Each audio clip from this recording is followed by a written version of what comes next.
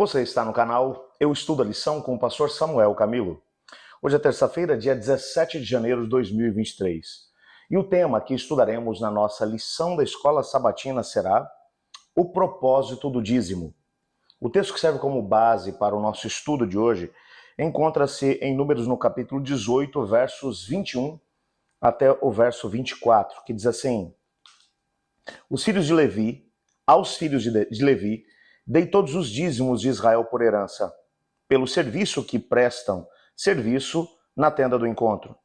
E nunca mais os filhos de Israel se aproximarão da tenda do encontro, para que não levem sobre si o pecado e sejam mortos. Mas os levitas farão o serviço da tenda do encontro e responderão por suas faltas.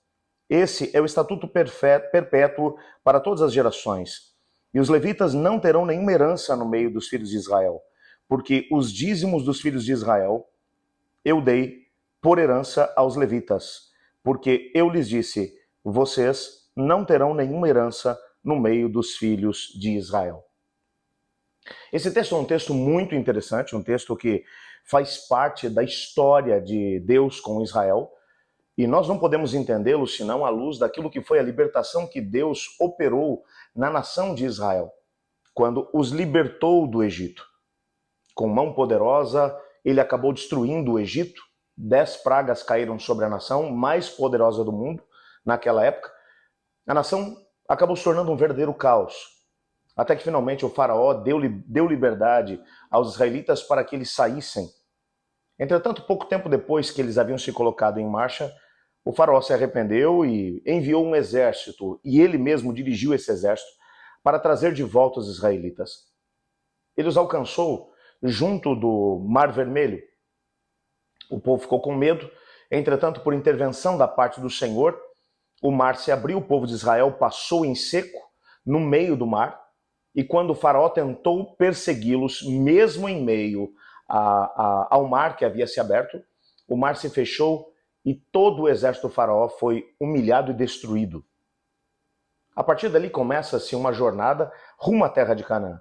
O Senhor Deus havia prometido 400 anos antes a Abrão que, se ele permanecesse fiel à aliança, que ele daria a terra de Canaã a seus descendentes. Havia dito também que eles se tornariam escravos no Egito, mas que com mão poderosa os tiraria de lá. Essa profecia se cumpriu. Depois de 230 anos de escravidão, o povo de Israel agora finalmente era livre. Através da travessia do deserto, eles acabaram seguindo até a península do Sinai, aonde acamparam. Durante 2 anos estiveram ali. Tiveram uma visão da parte do Senhor Deus, aonde o próprio Deus desceu sobre o Monte Sinai, toda a montanha tremia e fumegava, o povo sentiu medo. O próprio Deus falou com eles. Esse evento está descrito no capítulo 19 do livro de Êxodo. Entretanto, o povo, com medo do Senhor, disse, nós não queremos que Deus fale conosco. Moisés, suba você ao monte, fale com o Senhor e traga dele a resposta. Nós mesmos não queremos ouvir o Senhor. Deus disse a Moisés, Moisés, suba até aqui. Eu ouvi o que o povo disse. Eu vou falar com você. Moisés sobe o monte, passa 40 dias e 40 noites lá, em cima na presença do Senhor. Até aquele momento, o plano que o Senhor Deus havia estabelecido para o sacerdócio era que cada filho mais velho que nascesse nas tribos de Israel fosse enviado para servir ao Senhor no tabernáculo que logo seria estabelecido. Enquanto Moisés estava lá no monte, lá embaixo, depois de alguns dias sem notícia dele, o povo se corrompeu. Eles acabaram pressionando Arão cedeu, fez um bezerro de ouro e o povo sentou-se para comer, beber e divertir-se. Na verdade, o que acabou acontecendo foi uma festividade pagã, uma festividade de orgia que aconteceu no meio do povo. Lá no alto do monte, o Senhor Deus disse a Moisés, Moisés, desça, porque o povo que você tirou do Egito já se desviou dos meus caminhos e acabou de quebrar a aliança que eles fizeram comigo há poucos dias atrás.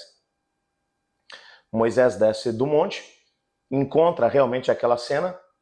Para chamar a atenção do povo, ele quebra as tábuas que representavam a aliança de Deus com o seu povo, aonde estavam os mandamentos. E agora ele pergunta, quem é do Senhor, dê um passo para cá. Das 12 tribos de Israel, apenas a tribo de Levi se juntou a Moisés. O que Moisés estava dizendo é: quem de vocês está do meu lado e está disposto a fazer o que é preciso para que o Senhor Deus purifique agora as tribos de Israel? Apenas a tribo de Levi veio. Moisés deu ordem e eles passaram pelo meio do acampamento e tiraram a vida daqueles que eram os líderes daquela conspiração. Moisés agora retorna para o monte e quando ele chega no monte, o Senhor Deus vai dizer: eu me agradei da atitude da tribo de Levi.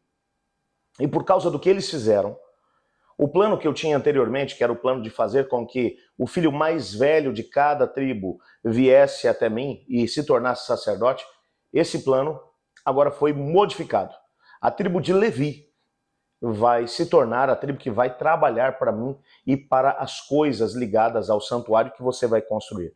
Deus deu as medidas, as orientações para a construção do santuário e separou a tribo de Levi para trabalhar exclusivamente no processo de adoração a Deus no santuário e ao mesmo tempo de intercessão pelo povo diante de Deus. E agora o Senhor Deus, quando o povo está para chegar na terra prometida, o Senhor Deus vai dizer através de Moisés para a tribo de Levi: todas as 11 tribos de Israel receberão a sua herança lá na terra de Canaã, menos vocês. Vocês receberão algumas cidades onde poderão morar no meio do povo. Entretanto, a herança de vocês serão os dízimos, que serão trazidos pelos filhos de Israel para a manutenção do santuário e posteriormente do templo. Dessa forma, pelo menos 3 vezes ao ano, nas grandes festividades que aconteciam dentro do contexto de Israel, o povo vinha para trazer diante do Senhor aquilo que eram os seus dízimos. Eles vinham, traziam, levavam até a casa do tesouro, nós falamos sobre isso na lição de ontem, que era junto do tabernáculo e depois dentro das dependências do próprio templo, e esse valor era usado para a manutenção tanto do aspecto da adoração dentro do templo, como também para a manutenção dos levitas. Lá no Novo Testamento, algum tempo mais tarde, o próprio apóstolo Paulo, ele vai endossar essa mesma prática agora em relação à igreja cristã.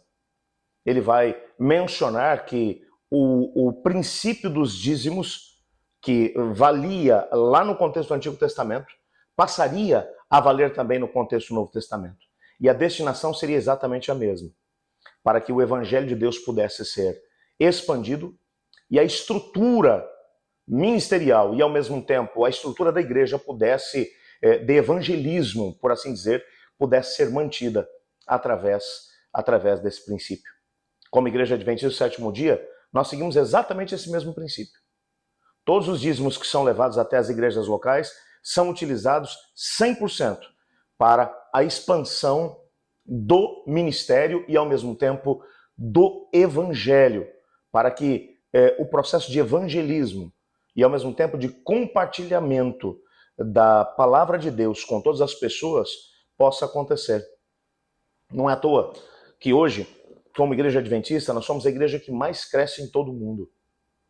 Hoje, estamos presentes em quase todo o mundo. Ainda faltam alguns países, mas temos conseguido expandir de forma extraordinária quando pensamos no tempo que temos de existência e, ao mesmo tempo, na disposição que temos tido de poder alcançar novos lugares. Nós vemos a mão de Deus dirigindo tudo isso. E por que conseguimos chegar mais longe do que outras denominações? Porque o princípio estabelecido por Deus em sua palavra, o princípio dos dízimos e a maneira como ele é destinado, tem sido respeitado pela Igreja Adventista. Na Igreja Adventista, nós encontramos comunidades que são muito pobres e outras que têm melhores condições. Mas todas elas têm a possibilidade de poder ter um pastor, um ministro da palavra, e ao mesmo tempo de receber os materiais e ter os benefícios de uma igreja organizada que estabelece projetos, planos, sonhos, metas e que vai alcançando cada vez os limites mais distantes do nosso planeta. Afinal de contas, cremos que quando esse evangelho do reino for pregado em todo o mundo, para testemunhar todas as nações, então virá o fim. E acreditamos que temos uma mensagem relevante para compartilhar nesse tempo. E o meio para fazer com que essa mensagem chegue até os confins da terra, segundo aquilo que a palavra de Deus nos menciona, é através dos dízimos e das ofertas. Esta é a destinação deles. Ah, pastor, mas eu queria dar uma destinação diferente para os meus dízimos. Você pode fazer isso com as suas ofertas. Nós estudaremos sobre isso no decorrer do trimestre. Mas os dízimos, o Senhor Deus disse para que é que eles deveriam ser utilizados. E a menos que o façamos dessa forma, nós não estaremos sendo 100% honestos e fiéis ao mandato do Senhor. Eu, portanto, quero desafiá-lo, em nome de Jesus, a colocar-se nas mãos de Deus e dizer: Senhor, eu quero ser fiel. Ajuda-me a seguir esse princípio tão bonito que o Senhor estabeleceu na sua palavra. Você quer se unir a mim nessa prece? Obrigado, Pai, porque em tua palavra descobrimos não apenas o princípio dos dízimos, mas também a destinação dos mesmos. Ajuda-nos a sermos fiéis à tua palavra em todos os sentidos, inclusive nisso. Pois é em nome de Jesus que oramos. Amém. Eu estudo a lição, e você?